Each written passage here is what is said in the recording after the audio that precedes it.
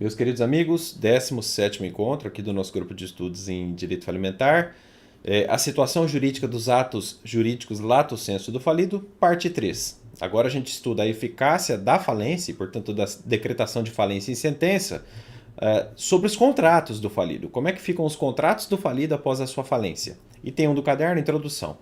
Já falamos anteriormente, nesses grupos de estudo aqui do nosso canal, que a sentença que decreta falência é extremamente complexa no seu feixe eficacial. Talvez ela seja um ótimo exemplo, se não o melhor exemplo, para explorar a teoria quinária das ações lá do Pontes de Miranda, o Francisco Cavalcante Pontes de Miranda. Esse assunto aí fica para outros vídeos, tá? A falência do empresário repercute em várias facetas da vida jurídica do empresário falido. Como se pode esperar, a falência opera efeitos sobre a situação jurídica dos contratos do devedor. Vejamos alguns desses efeitos. Item 2 do caderno, aí embaixo, o artigo 117 da Lei 11.101 de 2005. Segundo o artigo 117 da Lei 11.101 de 2005, os contratos bilaterais não se resolvem pela falência e podem ser cumpridos pelo administrador judicial se o cumprimento reduzir ou evitar o aumento do passivo da massa falida ou for necessário à manutenção e preservação de seus ativos, mediante autorização do comitê. Isso aí é o caput. O parágrafo 1º prescreve que o contratante poderá interpelar o administrador judicial em até 90 dias, contado da assinatura do termo da sua nomeação, para que, dentro de 10 dias, declare se haverá ou não cumprimento do contrato. O parágrafo 2º, por sua vez, assevera que a declaração negativa ou o silêncio do administrador judicial confere ao contraente o direito à indenização, cujo valor, apurado em processo ordinário, constituirá crédito quirografário. Na dogmática civilística tradicional, o contrato bilateral seria aquele no qual ambos os envolvidos no negócio jurídico assumem obrigações. As obrigações são recíprocas. Por isso, o contrato bilateral também é chamado pelos civilistas de sinalagmático, da palavra grega sinalagma, que significa reciprocidade de prestações, como diz o grande Carlos Alberto Gonçalves. Aliás, um parêntese, né? Aqui no canal tem um curso completo de direito dos contratos, pelo menos completo do ponto de vista positivo, né? Todo o Código Civil foi explorado, e lá eu falo justamente disso. Só que por que eu comentei essas notas civilísticas? Porque para fins de falência, a ideia é um pouco diferente. Os contratos bilaterais, no contexto da Lei 11.101 de 2005, seriam aqueles que nenhuma das partes deu início ainda ao cumprimento das obrigações assumidas. Excluem-se deste conceito, portanto, e da possibilidade de serem resolvidos pela decretação da falência, aqueles contratos que, embora definidos como bilaterais para os fins do direito obrigacional comum, já tiveram a sua execução iniciada por uma das partes. Eu citei aqui Fábio Coelho. Então tome cuidado. Contrato bilateral para fins de falência, né, de Lei 11.101 de 2005, não abrange todo aquele conceito civilístico de bilateridade contratual, certo? E de sinalagma, né? O caráter sinalagmático dos contratos bilaterais. Tome cuidado com isso. Item 3 do caderno. O artigo 118 da Lei 11.101 de 2005. Segundo esse 118 aí, o administrador judicial, mediante autorização do comitê, poderá dar cumprimento a contrato unilateral se esse fato reduzir ou aumentar o aumento do passivo da massa falida ou for necessário à manutenção e preservação de seus ativos, realizando o pagamento da prestação pela qual está obrigada. Aqui parece imperar mesmo o conceito clássico lá dos civilistas. Contrato unilateral seria aquele no qual apenas um dos contratantes, assume obrigações. O exemplo clássico é o da doação pura, como diz a professora Maria Helena Diniz. Item 4 do caderno. A decisão é da administração judicial e do comitê de credores. Como assim esse item 4, Marcelo? Cabe salientar que a decisão a respeito do cumprimento ou da resolução desses contratos será da administração judicial e do comitê de credores. São esses os órgãos falimentares que terão de decidir a partir do que entende seja o mais conveniente para a massa, respondendo por má administração do interesse especificamente relacionado com cada contrato resolvido ou mantido. Diz a lei que a resolução do contrato é cabível se puder evitar, ou melhor, se puder reduzir ou evitar o aumento do passivo ou colaborar, para a manutenção e preservação do ativo da massa falida, artigos 117 e 118. A decisão do administrador, autorizado pelo comitê, é definitiva, não podendo os demais credores ou contratante,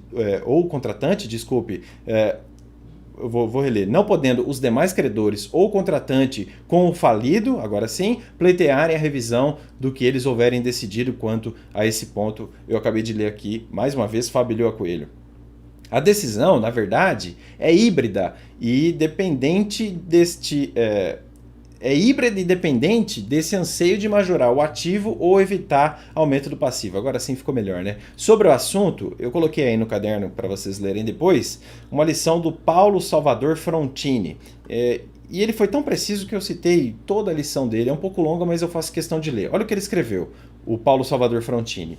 Essa decisão do administrador judicial aí não fica sujeita apenas a seu prudente critério. Há dois fatores a serem observados. O primeiro resulta da parte final do preceito sob comentário. São comentários à lei de falência, por isso que ele escreveu assim.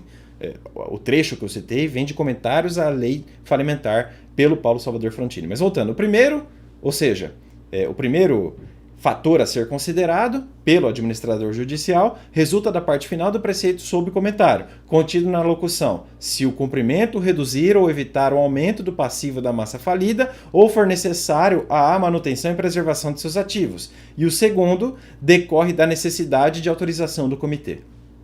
As atribuições do comitê, a gente vai estudar mais tarde, tá? Mas ele segue escrevendo, estão no artigo 27, inciso 1º, da Lei 11.101 de 2005. Há sempre a possibilidade de ser judicialmente suprida a manifestação do comitê ou mesmo a ausência de manifestação deste, ver comentário ao artigo 118. Em reforço ao entendimento de que cabe o suprimento judicial da vontade do comitê, faça-se remissão ao artigo 126, no qual se analisa a extensão dos poderes do juiz na falência. Os parágrafos 1º e 2º, no mesmo sentido da norma revogada, trazem a previsão do modo de definir essa situação pendente. O contratante interpelará o administrador judicial para que este diga se cumpre ou não o contrato. Se a deliberação for no sentido de não cumprir ou se não houver manifestação expressa pelo cumprimento, restará à outra parte contratante demandar em processo ordinário o direito à indenização, cujo montante constituirá crédito quirografário. E aí o autor pergunta, né? Por que exige a lei que haja processo ordinário? A resposta é evidente, para evitar o conluio entre o administrador judicial e a outra parte contratante. O processo ordinário se sujeitará ao crivo do Poder Judiciário, eliminando riscos que, de outro modo, poderiam ensejar situações suscetíveis de questionamento. Mas a lei poderia ter se lembrado da hipótese em que a indenização, perdas e danos, está fixada por cláusula penal compensatória lá do artigo 410 do Código Civil. Nesse caso aí, se a indenização já está pré-fixada, parece-nos dispensável haja processo ordinário. Acabei de ler aqui, repito, a lição do Paulo Salvador Frontini. Item 5 do caderno. Regras específicas de interpelação. Nós acabamos de ver que a grande regra é aquela constante dos parágrafos 1º e 2º do artigo 117 da Lei 11.101 de 2005. O contratante poderá interpelar o administrador judicial em até 90 dias, contado da assinatura do termo de sua nomeação, para que dentro de 10 dias declare se haverá ou não cumprimento do contrato. O parágrafo 2º, por sua vez, assevera que a declaração negativa ou silêncio do administrador judicial confere ao contraente o direito à indenização, cujo valor apurado em processo ordinário constituirá crédito quirografário. Muito bem. O artigo 119, no entanto, traz situações específicas, peculiares. Vamos um por um aqui, são vários incisos. Inciso 1º. O vendedor não pode obstar a entrega das coisas expedidas ao devedor e ainda em trânsito, se o comprador, antes do requerimento da falência, as tiver revendido, sem fraude, à vista das faturas e conhecimentos de transporte entregues ou remetidos pelo vendedor. Inciso 2º. Se o devedor vendeu coisas compostas e o administrador judicial resolver não continuar a execução do contrato, poderá o comprador pôr à disposição da massa falida as coisas já recebidas, pedindo perdas e danos. Inciso 3º. Não tendo o devedor entregue coisa móvel ou prestado serviço que vendera ou contratara a prestações e resolvendo o administrador judicial não executar o contrato, o crédito relativo ao valor pago será habilitado na classe própria. Inciso 4º. O administrador judicial, ouvido o comitê, restituirá a coisa móvel comprada pelo devedor com reserva de domínio do vendedor se resolver não continuar a execução do contrato, exigindo a devolução, nos termos do contrato, dos valores pagos. Inciso 5.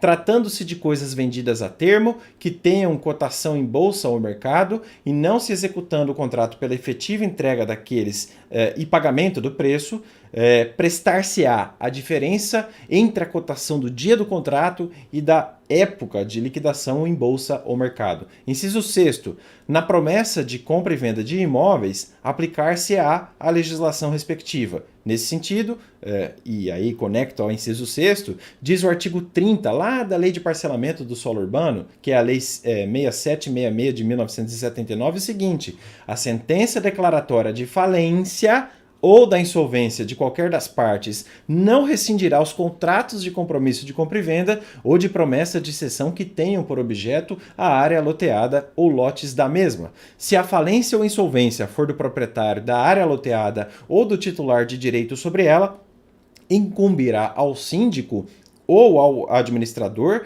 dar cumprimento aos referidos contratos. Se do adquirente do lote, seus direitos serão levados à praça. Inciso 7º. A falência do locador não resolve o contrato de locação e, na falência do locatário, o administrador judicial pode, a qualquer tempo, denunciar o contrato. Inciso 8º.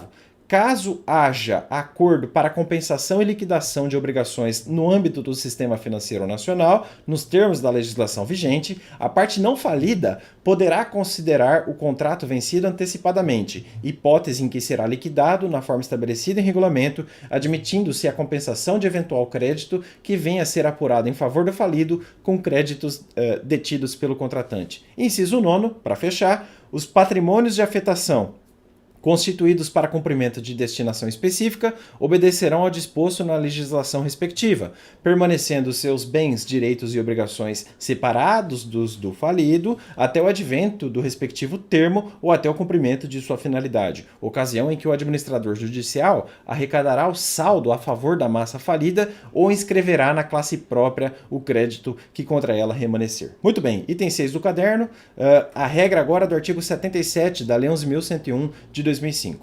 A decretação da falência também determina o vencimento antecipado das dívidas do devedor e dos sócios ilimitada e solidariamente responsáveis, com o abatimento proporcional dos juros e converte todos os créditos em moeda estrangeira para a moeda do país, pelo câmbio do dia da decisão judicial, para todos os efeitos da legislação falimentar. É o artigo 77. Temos aí, e agora eu vou citar a doutrina do Fábio Lua Coelho, exceção à regra geral da conversão de valores entre diferentes moedas, a qual se faz tomando-se por referência o dia do pagamento.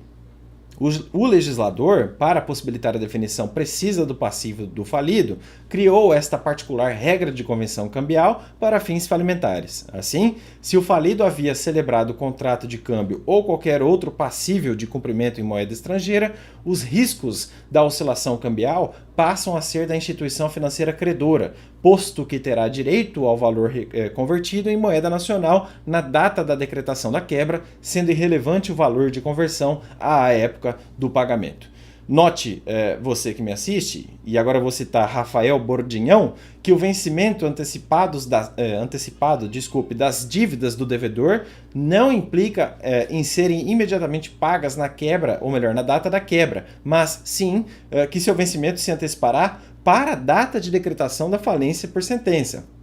com a consequência de a dívida tornar-se, desde então, exigível. Item 7 do caderno, para fechar esse nosso encontro, esse nosso 17º encontro. A eficácia suspensiva sobre a prescrição. Bem simples. Nos termos do artigo 6º caput da Lei 11.101 de 2005, a decretação da falência ou deferimento do processamento da recuperação judicial suspende o curso da prescrição e de todas as ações e execuções em face do devedor, inclusive aquelas dos credores particulares do sócio solidário. O artigo 157, por sua vez, aduz que o prazo prescricional relativo às obrigações do falido recomeça a correr a partir do dia em que transitar em julgado a sentença do encerramento da falência. Esse foi o 17º encontro. Volto para o 18º para estudar efeitos da falência sobre os credores do falido, parte 1. Até mais, pessoal.